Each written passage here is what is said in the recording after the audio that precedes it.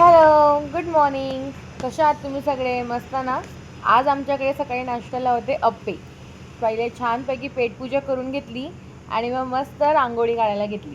छान अशी रांगोळी काढली होती. दुपारच्या जेवणाला आज होतं काळ्या वाटाण्याची उसळ आणि चपाती. 12-1 वाजता जेवण करून गच्चीवरून कपडे घेऊन आली. कपड्यांच्या छान घड्या करून ठेवल्या आणि लावण्याचे भरपूर कपडे होते म्हणून ते छान तिचे कपडे तिच्या कपाटात ऑर्गनाईज करून ठेवले. मी लावण्याचे कपडे या ड्रॉवर्समध्ये ऑर्गनाईज करते. काढायलाही सोपे जातात आणि ठेवायलाही सोपं जातं. मी प्रत्येक ड्रॉवरवरती एक मेन्शन केलेलं नाव आहे. जसं की एका ड्रॉवरमध्ये सगळे फ्रॉक आहेत, एका ड्रॉवरमध्ये सर्व टी शर्ट्स आहे, अशा प्रकारे मी सगळे तिचे कपडे ऑर्गनाईज केलेले आहेत. मग आम्ही संध्याकाळी लावण्याला गार्डनमध्ये घेऊन गेलेलो. गार्डनवरून आलं की छानपैकी फोडणीची खिचडी आणि पापड आणि लोणचं असं जेवण केलं.